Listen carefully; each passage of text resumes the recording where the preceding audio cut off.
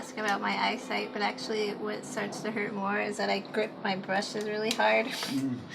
And that my hands start to cramp up. And my back starts to hurt. But my eyes are fine. I mean, they don't need to look exactly the same, but I like to get the spirit of the actual house. It's so that I know anyway that all these houses are real, not there's little people living inside them. I'm always surprised that nobody ever tells me that they've seen their house.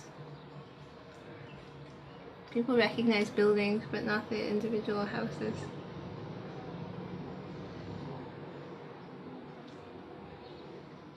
For a while, there was kind of a place in my work where these kind of plants had taken over the landscape. And as a result, I was trying to figure out what to do for the characters that may or may not live in the universe that I created. So I tried to raise up the community on these giant stilts, thinking like, surely now they are safe. And then I'd realize like, oh wait, stilts can break, and then you have a whole new problem. So then for a while, things were all falling over. It was very depressing. And that actually happened right around the time of the sort of foreclosure, domino effect thing going on. And then I thought, like, well, if we tie the structures into something else, then even if the stilts fall out, then you'll still have an alternate plan, like, oh, well, you'll be swinging on something. Everything was quite swinging about for a while, and then how can we fix the fact that the houses are all going to be slamming into each other every time there's a good spring breeze going through? So I started tying them into each other so they'd create sort of these networks. So if one house sort of dropped out, it would sort of pull everything in my mind. So suddenly I really stress the importance of your neighbors and how much you sort of depend on the people in your neighborhood and around you to sort of do whatever they need to do to stay there. I was in a Provincetown, Massachusetts for a residency, and they had these great cages of lobster things. I don't know what they're supposed to catch, crabs or fish or something, but they're these sort of cubes. And I just started imagining sort of if you had the cities on top of each other and sort of making these massive cubes. But for me, that's an exciting part of the process, is finding these places and actually going out and looking. And I like to find buildings that, there are specific places, but they're also places that are almost interchangeable in some sense. Like, I don't like to pick landmark buildings. Usually the winter is the best time to do it because the trees aren't hiding everything.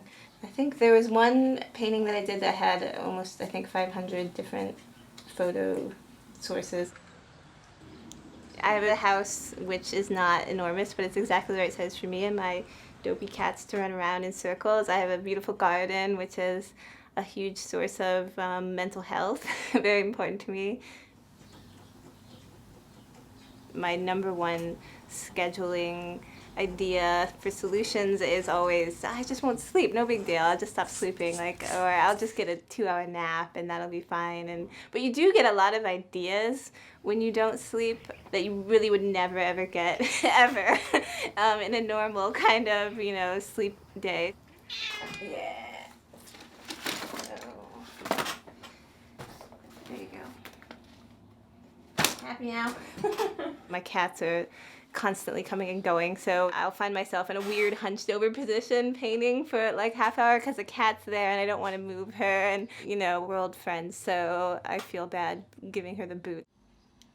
Sometimes people ask if I would like to display my drawings, and this is why I do not want to display my drawings. To me, it's really more notes than preparatory sketches. I sort of almost craft a particular view of Cleveland that isn't necessarily what Cleveland is, but it is, I guess, what Cleveland is to me. I guess I'm another annoying sort of Rust Belt romanticist or something. I've always had a day job, always, since I was approximately 14, so I do appreciate the things it brings me. I can kind of get into almost an unhealthy relationship with my work when I work all the time, because I start to feel like I should be working all the time. So I'll work 16 hours a day. If I start sleeping regular hours, I feel guilty. Like, so it always gets unhealthy if I don't have a definite reason to leave the house.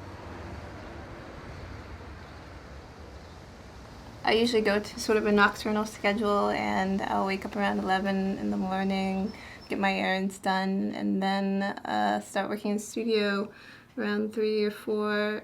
And then I'll usually work until about, if I'm on my regular sort of studio schedule, I work until about 5 in the morning, 5 or 6, and then I go to sleep.